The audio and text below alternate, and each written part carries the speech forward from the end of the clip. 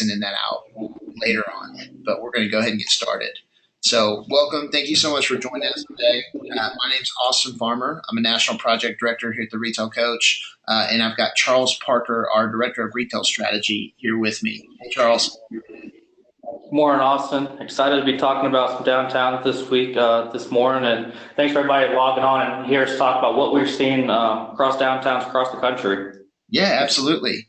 So just a quick intro into the Retail Coach for those of you who haven't met us before or seen anything from us. We are a retail recruitment and development firm. And so since the year 2000, we provided the research, relationships, and strategies that help communities either bring in new retailers or strengthen their existing retail base. And so we've worked in well over 450 communities throughout the United States, and worked in downtowns and main streets all over the country, from big to small. So towns of 10,000 or less all the way up to towns of 1 million plus. And so we're going to be talking about downtowns today. What we've seen in terms of national trends that are affecting Main Street retail and downtowns, some components that you need to have for a successful Main Street retail program, and then an introduction to a new program that we're offering called Block by Block that helps work through some of those components and it helps communities put together a Main Street program. But Charles, I'd love for you to jump in and talk to us about some of the national retail trends that you're seeing that are really starting to affect or impact downtowns across the country. Yeah, absolutely. So, over the last 30 years, economic development has really kind of been hard on downtowns across the country with the rise of big box retail, everything kind of moving out to the interstate, and big power centers and the likes. That's kind of left downtowns reeling kind of in the dust, trying to figure out how to compete with that kind of urbanization. But even the last few years, we're starting to see that retailers is undergoing a lot of changes in technology, consumer preferences, and the likes. Things like Amazon has obviously changed how we view shopping and convenience, but even how we communicate. Things with social media and what we communicate really have affected what we want in terms of a retail experience. Things like Netflix keep us convenient at home, not having to go out to movies, and then obviously all the pickup and delivery services. Everything in retail is really gearing towards convenience and unique and local. Which I think is a good thing for downtowns moving forward. And there's a few things we kind of want to touch on this morning as key factors that we see are having the biggest effect on downtowns. And, obviously it's first the economy, what's been going on from a national perspective. Looking at millennials and Gen Z, our consumer base, our largest shoppers that are coming out and how they're affecting what we do as retailers, and then ultimately e-commerce and how that plays a role in what we offer and how we offer it to those consumers. So first getting into the economy aspect of it, we've had a really strong economy the last few years. Looking at job reports, unemployment rates, jobs are up, people are having work, they're having this income to spend on money, and we're seeing that flow through the holiday sales and everything else. Consumer confidence is at a 18-year high, and it's been high since the last 6 to 8 months at least, and it's stayed steady, and that's giving a lot of folks confidence to open up shops, more independent types. They know that people feel good and they have this discretionary income to spend, so it's pointing towards these downtown independent businesses, the entrepreneurs that are going out and trying to make money for themselves and not having to answer to someone else and someone else's job. Looking further into that, kind of into the millennial aspects of things. Looked at another thing with the economy is, with part of the tax cuts that came out last year are opportunity zones. And this is, going to be a huge tool for redevelopment in a lot of the downtowns that have been historically distressed, and how these opportunity zones are going to create access to capital for folks to redevelopment and reinvest in downtowns is going to be key moving forward. So we're excited to see how that starts to play out over the next 5, 6, 7 years. And Charles, I know we've done some work with communities that have opportunity zones, but for those that may be unfamiliar, can you give us a quick 30-second rundown of what opportunity zones are and how communities can take advantage of those? Yeah, absolutely. So opportunity zones have our census designated tracts that have been identified by the governors in every state as areas of opportunity that need redevelopment aspects. And ultimately what it's done is created some tax breaks for those who are willing to invest in those zones. So this is a kind of an alternative to 1031 in the real estate world with capital gains tax. It sets up ways for investors to invest their capital gains in these types of projects that allow them to defer tax on capital gains for they hit certain benchmarks, and then ultimately can be excluded from some capital gains tax down the road. So it's the most powerful tool to create these incentives for these folks with incomes to really create a thriving area in these downtown areas that need it most. Definitely. In terms of millennials, and we mentioned millennials and Gen Z a lot, and I think a lot of times we spend almost too much time talking about the impact they have on the community. But when we look at impacts that they're having on shopping trends and what retailers are doing, they really do have a big impact on the new wave of retail. We're seeing smaller concepts. We're seeing things that are more experiential, people that are ordering online and picking up in store for that last mile feel. And millennials really do have a big impact on the evolution of retail nationally and on Main Street. And that's because they're spending $600 billion on retail purchases every year. And by 2020, they think that's going to go up to $1.4 trillion. So there's a lot of power in that. And people are looking at how they like to shop and really how that drives retail concepts. In terms of what we see about millennials, a lot of the stuff that's put out is a misperception. Most of the people that are in that millennial age bracket actually, when they are shopping for something, they look both online and in store, and they're actually more likely to make a purchase in a store. And things like authenticity, local sourcing, and some of the softer things that haven't mattered in past generations matter more to millennials, and that affects 80% of how they're purchasing their items. And there's interaction with digital channels. Charles mentioned social media and some of the other mobile and email type things, but even though they're using those, they still like traditional channels, and they still like going to stores and looking at items in stores and really interacting with retailers in that way. And really, when we say millennials, a lot of millennials have young families now. And so they're looking at purchasing in terms of what are they buying for their children and for their families. A lot of them are actually moving into the suburbs as well. And so what are they doing to buy for their homes? And so they're driving a lot of what's happening right now. And Charles, I mentioned some of those misconceptions about millennials, but can you talk to us a little bit about some of the misconceptions we hear versus the reality and how that's impacting not only retail, but some of the Main Street stuff as well? Yeah, absolutely. And we hear the word millennial and we think of a teenager with a cell phone, taking a selfie, when now it's, the youngest millennials are graduating college and the oldest millennials are approaching their late 30s. So this is the biggest cohort and the ones that we need to be focusing on. And how their shopping has a huge effect on how you operate a business, whether it be a downtown or a national guy. They want to use their phones and have that omni-channel type presence that we'll talk about in a few minutes. But also, it's not just how they're shopping; it's also how they're living. They're not wanting to spend those high dollar prices on those downtown apartments anymore that were going gangbusters all over the country. Now they're wanting to move out towards the smaller towns and slow down, start that family. They don't want to pay those premium prices. So we're seeing them, let's say, move away from the downtown. So there's a report earlier this year about how rural counties grew for the first time in a decade. So these are the folks that are moving the needle more than any other cohort right now. And ultimately, it points back towards downtowns. They want to live in a place that has everything, that they can enjoy themselves, they can get food, they can shop, but they don't want the hustle and bustle of downtown. So, if you start to think about it, that starts to point towards, local downtowns.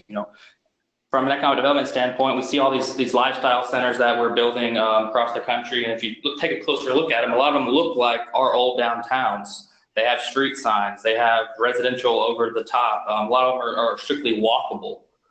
So looking at our downtowns, we have these existing structures, these existing markets that are in demand right now. These are what folks are looking for. They crave that local, unique experience, and it's something that downtowns inherently offer. So I think from a trends perspective, downtowns are in a really great spot, and that's why we're seeing so much downtown revitalization.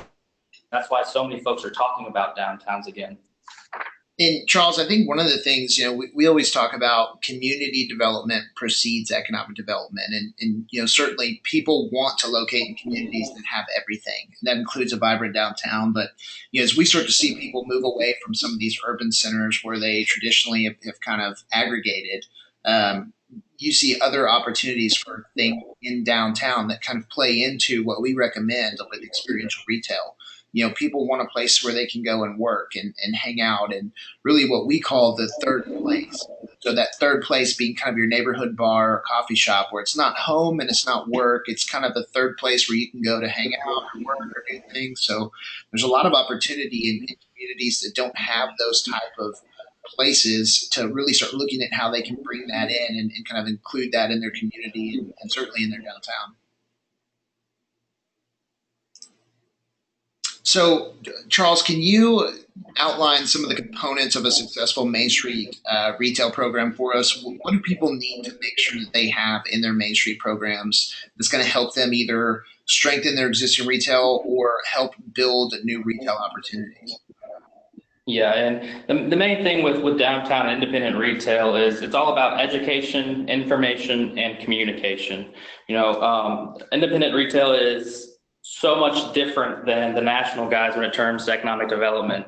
When you're going out to look for a new sit-down restaurant, you can call a broker or a real estate team for an Outback, or you can call on a real estate team for an Academy Sports to get those types of businesses to town. But when it comes to independent and Main Street retail, those are all local folks who have local ties who want to know what's going to be a successful business. And there's no Rolodex of folks you can call on. They have to self-identify. And to be a successful downtown, you have to be ready for when they do pop their head up and think about opening a business. So it's all geared towards education, information, and communication. And the first step of that is educating those folks on who the consumer is. And how we do that is through our retail trade area analysis. The retail trade area is basically the map of folks that come and shop in your area. So how far are people coming to visit downtown, to shop, to hang out? This is your core market, the ones that are going to spend money, are going to keep your businesses open, the lights on. And the way we do that and identify your retail trade area is through cell phone analysis.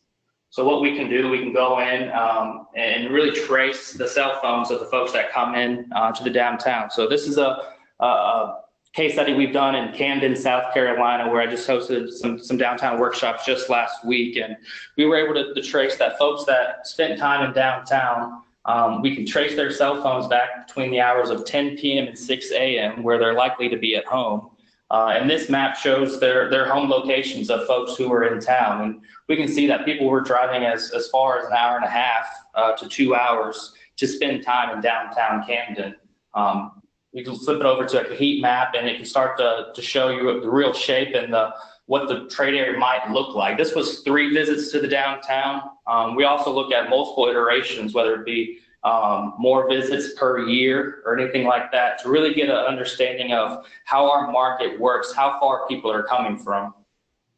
And Charles, I think it's important to note too the accuracy. A lot of people will use radials or drive times. So within a 15-minute drive time of your downtown or a 10-minute drive time, where are people coming from? And I think the thing for us, the importance of that is really the accuracy of being able to tell exactly where people are coming from based off those cell phone, that GPS data, because that's so huge for Yeah, retailers. We use that with national retailers, and to be able to give that information to downtown shop owners or store owners is so important because then they can start to realize where they need to market or where their real audience is. Exactly, especially so in more rural communities where people often drive, more than 10 or 15 minutes or 5 or 6 miles in one direction when they know there's that really neat, unique steakhouse downtown, or there's that really neat brew pub that is willing to drive 30, 45 minutes for. I've got an example of that later coming up, talking about that people will drive a long time. So if you're not doing a cell phone analysis, if you're only doing a circle on a map, you're not really telling the full story. And that's what you need to do to convince these folks that this is a viable market. When entrepreneurs understand that, all right, people really do come this far, and cell phone analysis help us tell that full story. And Charles, we had a question about from one of the attendees about how do we leverage tourism as a part of this? And I know one of the things that we've done in some communities that we've worked in is we've done kind of a snapshot where we look at this information on weekends, weekdays, and then through certain seasons. So whether that be something like summer tourism, where you have a swell of people coming in for summer, or if you have a certain festival or some type of attraction to the community, leveraging that data to be able to tell what your true reach is there. How are some ways that you've seen that work, or how would you encourage people to leverage that tourism traffic? Yeah, and I think if you can show that, on this weekend when we had that downtown fair, that our cell phone map blew up and people were coming as twice as far, or we had, in this case in Camden, we had so many more pings pop up in Columbia as folks knew that this was a big weekend for us. And they were all coming to town. This gives you some hard facts and data to throw behind those, anecdotal stories that this downtown week is a big weekend for us. People come from all over. Well, now we can actually put hard data to that and share that and have this high confidence, piece that this really is happening. This really is a stronger market. And it's not just from, my eyes, it's from a numbers perspective. Definitely. In terms of how we use the data for a retail trade area, it's one thing to know where people are coming from, but how do you encourage people to use that once they see where the retail trade area is? How is that beneficial? Right, exactly. So we use these cell phone studies and multiple iterations to kind of get that shape as you see forming, and ultimately we do a hand-drawn retail trade area. Like I said, this is much more accurate than just a circle or a drive time. And what that allows us to do, it allows us to put a population to what our market is. So in Camden's case here, we drew a retail trade area, and we know that despite Camden being a town of about 7,500 folks, they've got a downtown trade area of over 51,000 people who actively spend time and have made their way through downtown Camden on a frequent basis. And that's a much larger and stronger market to sell to a prospective business opening up, and also just to your existing businesses to know and understand how far people are coming from to experience a downtown. And it's not just the raw numbers as well. We also look at psychographics. So if you're not familiar with psychographics and tapestry data, this talks about purchasing behavior of your trade area and your population. Whereas two folks may look identical on paper, have the same age, same income, same educational attainment, they may have very different preferences. One may shop at Cabela's, go hunting on the weekends and drive a truck, and one may shop at Nordstrom, play golf, and drive a sports car. These are the type of things that go into helping you decide what types of retailers are we missing. Do we need more sporting out good outfitters type stores? Do we need different certain tiers of sit down restaurants? So understanding not just how many folks you're catering to, but also what types is a key piece. In this case, Camden has a large portion of Middleburg tapestry segment. And we take a little bit closer look at Middleburg, for example. We know that these are kind of the easy pace of country living. They have an average household size of 2.7, median age of 35. So these are your older millennials that are looking for those things downtown. This all kind of matches up with what we're talking about with downtowns and the core market. And we can look into things of how they get their news, or do they like doing do-it-yourself projects. It really gives another level of insight to understand your market so that you can, as a business, you can better cater to them, or as a Main Street director, as a local municipality, You can identify what types of shops are missing that would fill that vacant space on your main street.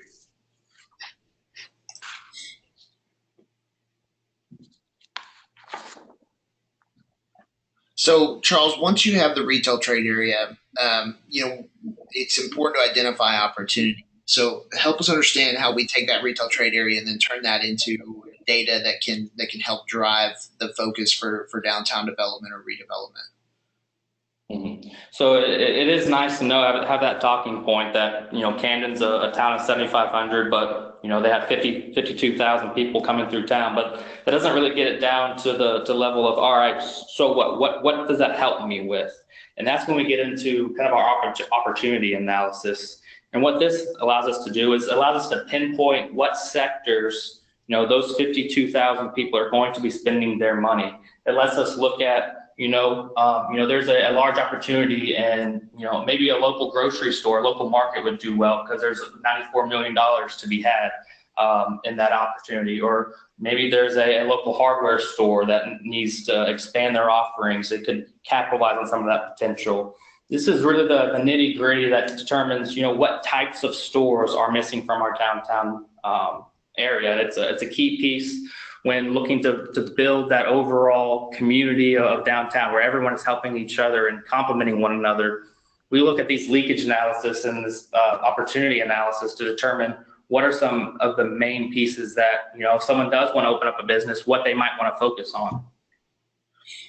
And Charles, a great practical example of that is I'm working with a community in Southern California on some of their downtown redevelopment. And, we're using an opportunity analysis to say, hey, how can we, within each of these categories, find something that's unique and fits our community and builds on what we already have, but that can fill that gap. And so, we're looking for and talking to entrepreneurs. They're trying to open up new concepts like microbreweries and different types of restaurants. And so this is a really important piece because I think it informs a lot of where you can go with your downtown, and it helps put some actual potential and opportunities around some of the things that most people think to be true. Like, man, if we just had a casual sit down restaurant, or if we just had a shop in downtown that did this, and we use this a lot because it really helps us quantify what that really is.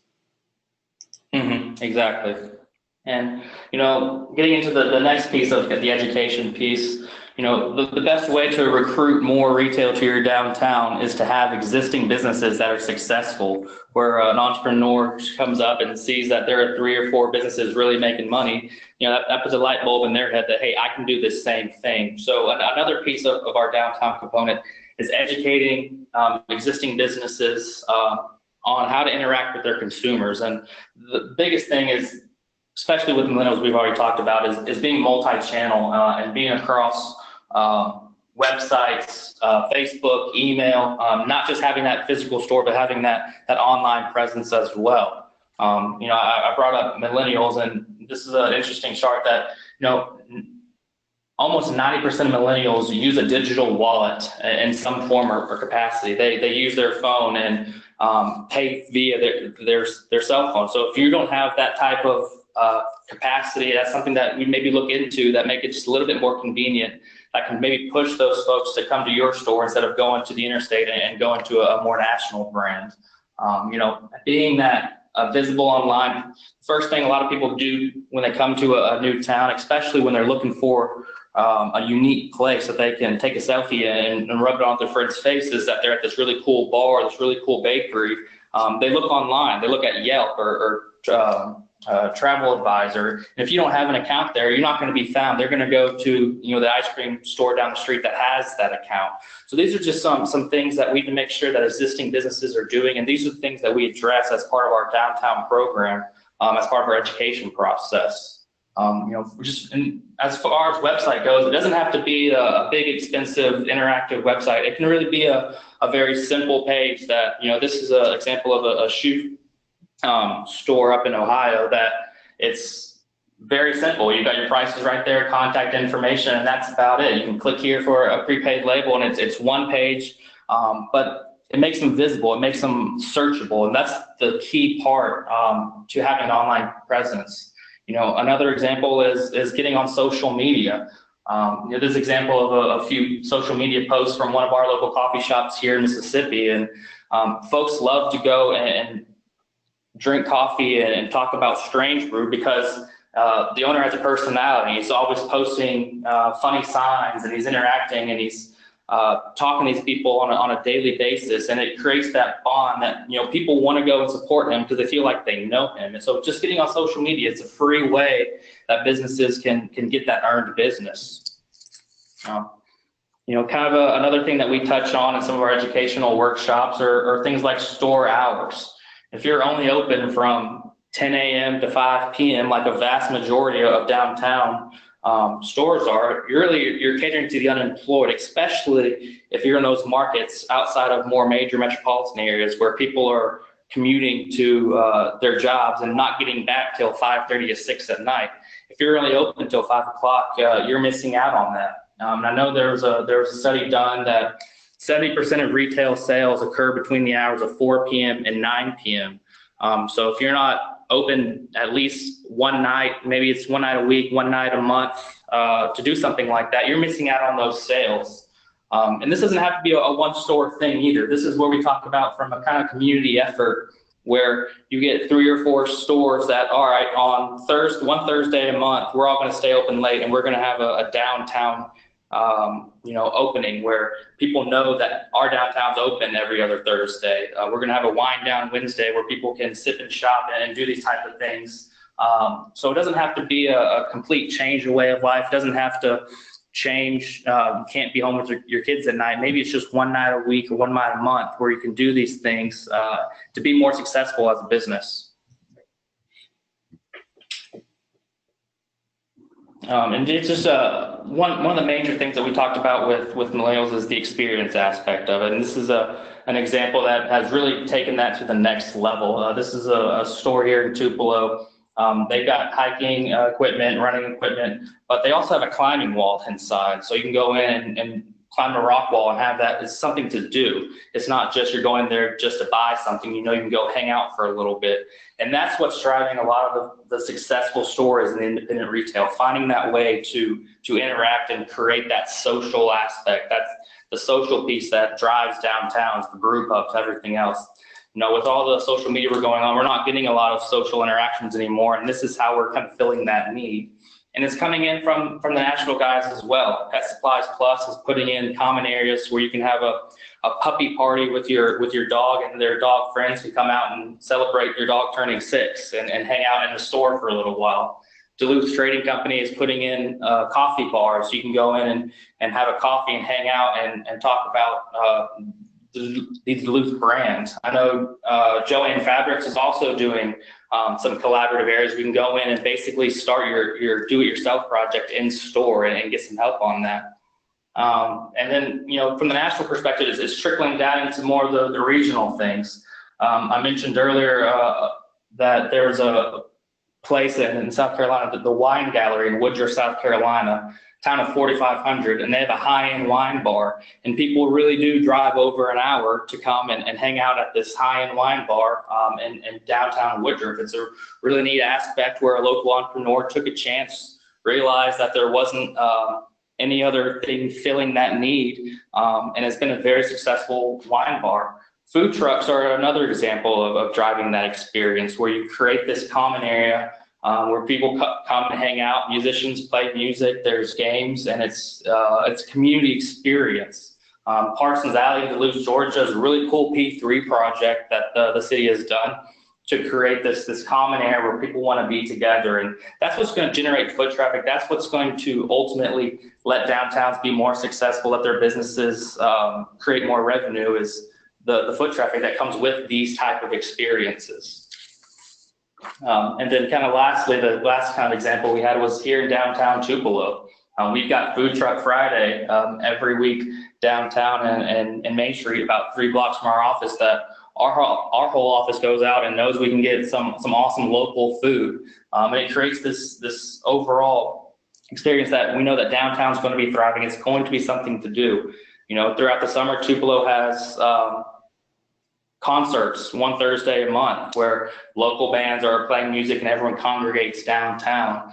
And then kind of the last piece they've done, starting just this year, was having a leisure and recreation ordinance where you can get a to-go cup. You can take your beer, your wine from a restaurant and kind of walk down the street and stop in the shops that are open late, and kind of, like I said, create this experience, create this thriving area that's going to be successful, that's ultimately going to breed more success and have businesses want to come to your downtown.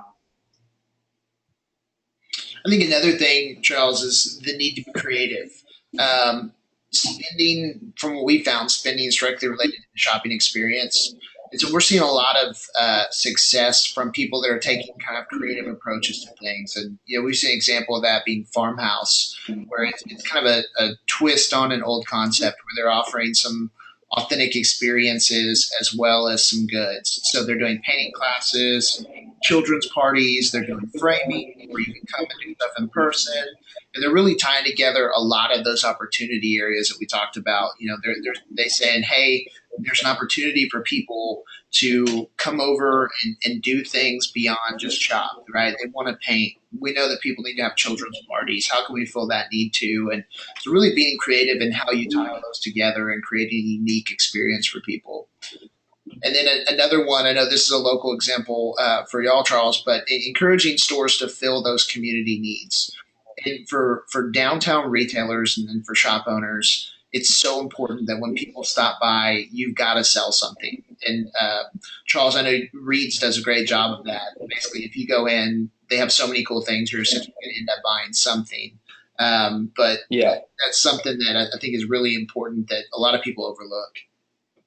Yeah, Reed's been around for 113 years for a reason. They continue to adapt. They've expanded from just a men's clothing store to now they have a boutique gifts for weddings and showers. They have a women's line. They also have a barber shop as part of their line of offerings now. So, be able to adapt, be able to offer what is in demand in your market allows you to be successful as a brick and mortar store in a downtown. I think Reed's is a perfect example of that. So that brings us to essentially this new offering that we have. And Charles, I'll let you talk through that a little bit, but essentially we've worked in 450 plus communities throughout the US. We do a lot in downtowns with Main Street and have never really had a specific focus only on Main Streets. And so that's something we've started doing recently. We call it our block by block retail program. And what it is it's a comprehensive approach for communities to strengthen your downtown retail.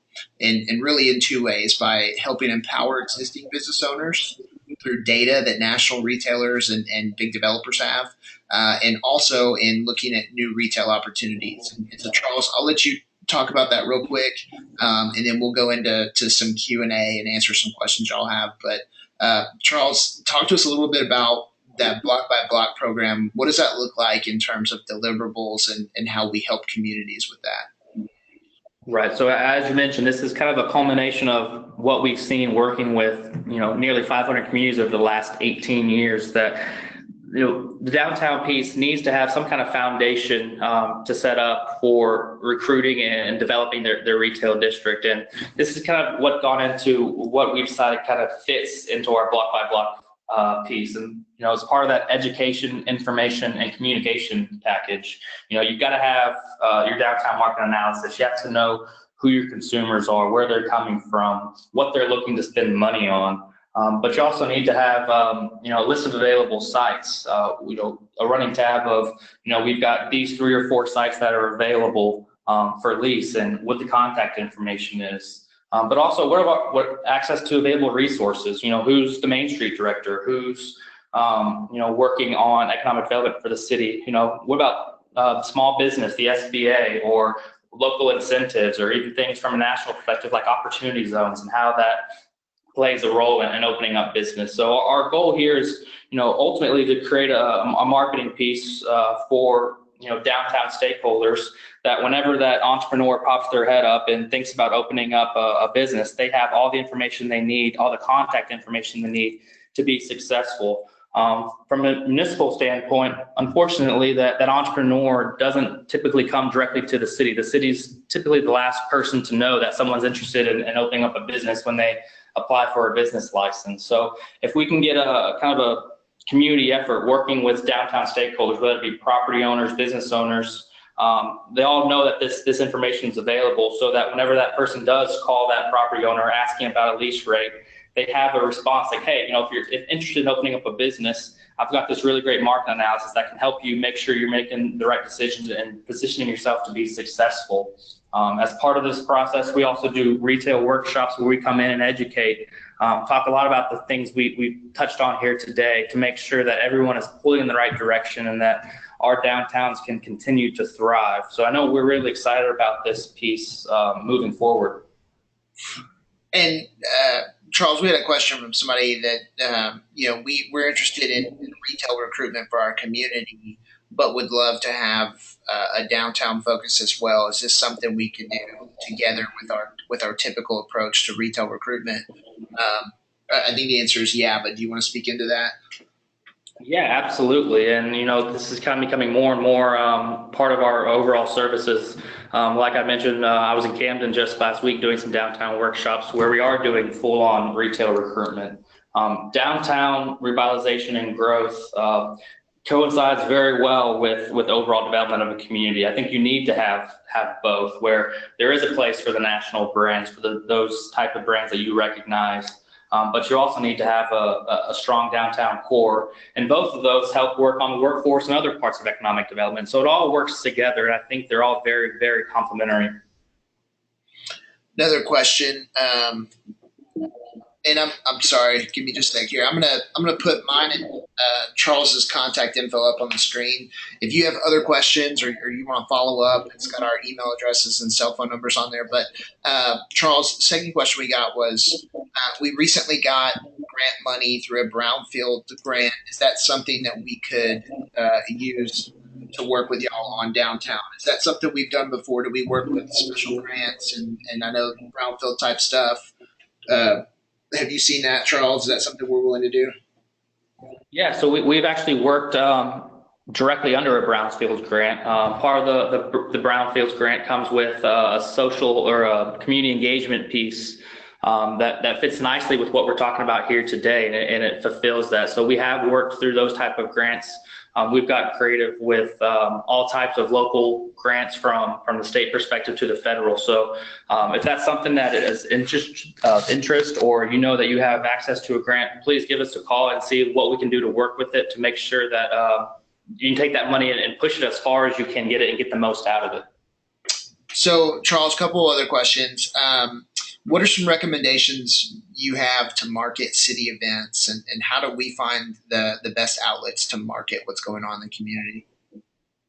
I think kind of in reflection of looking who our target consumer is, you have to have at least some type of media or social media perspective to it. What can you do to make sure that all the city accounts on social media are posting out the same type message, and that you're getting participation from your local businesses? And I think that's the biggest piece that you see in the most successful downtowns is they have a lot of cooperation between businesses. They're all pulling in the same direction. They're all working with one another to create those type of events. When they host those events, they're all either having some kind of sale that promotes more foot traffic. They're all promoting it through their social media and on their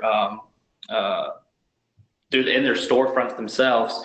But I think that's the biggest piece, is making sure that you have a proper communication with all your downtown stakeholders, that they all can market it in their own way.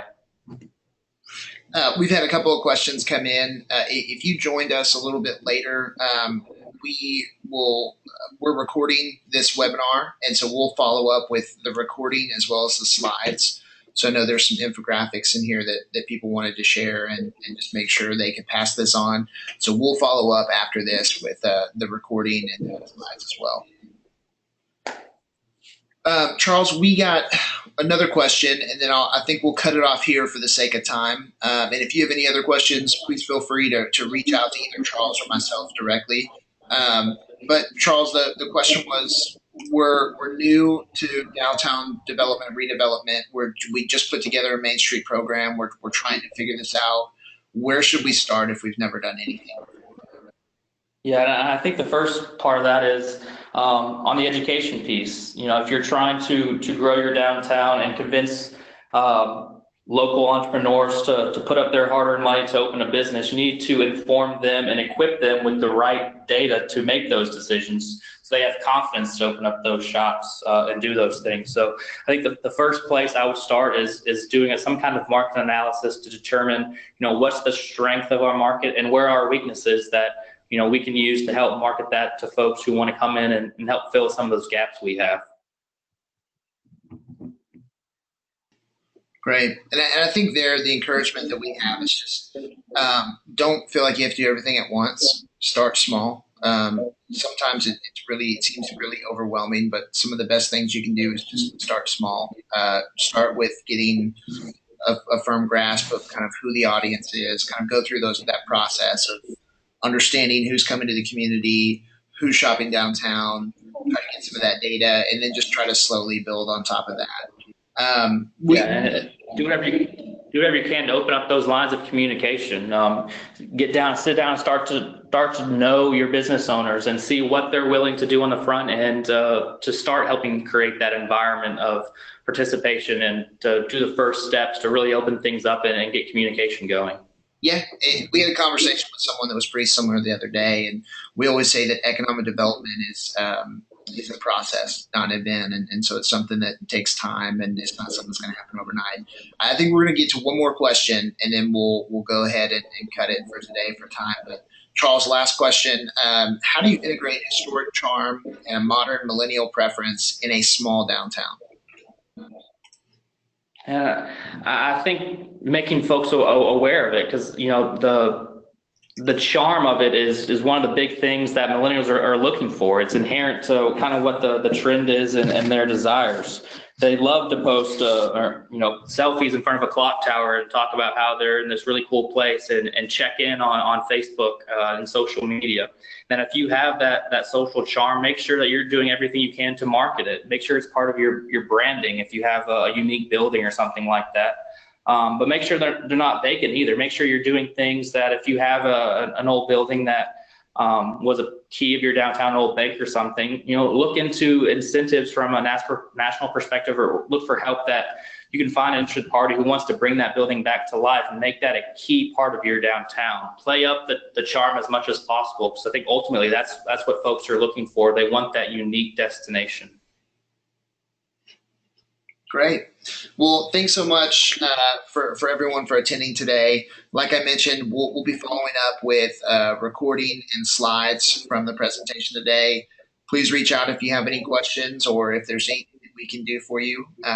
Otherwise, hope you have a great day. Charles, do you have anything you want to leave us with? Or anyways? Yeah, thanks a lot for everyone tuning in. Hopefully you can see how passionate we are about downtowns and how much this excites us. And if you have any questions about your downtown, big or small, we'd love to talk to you about it.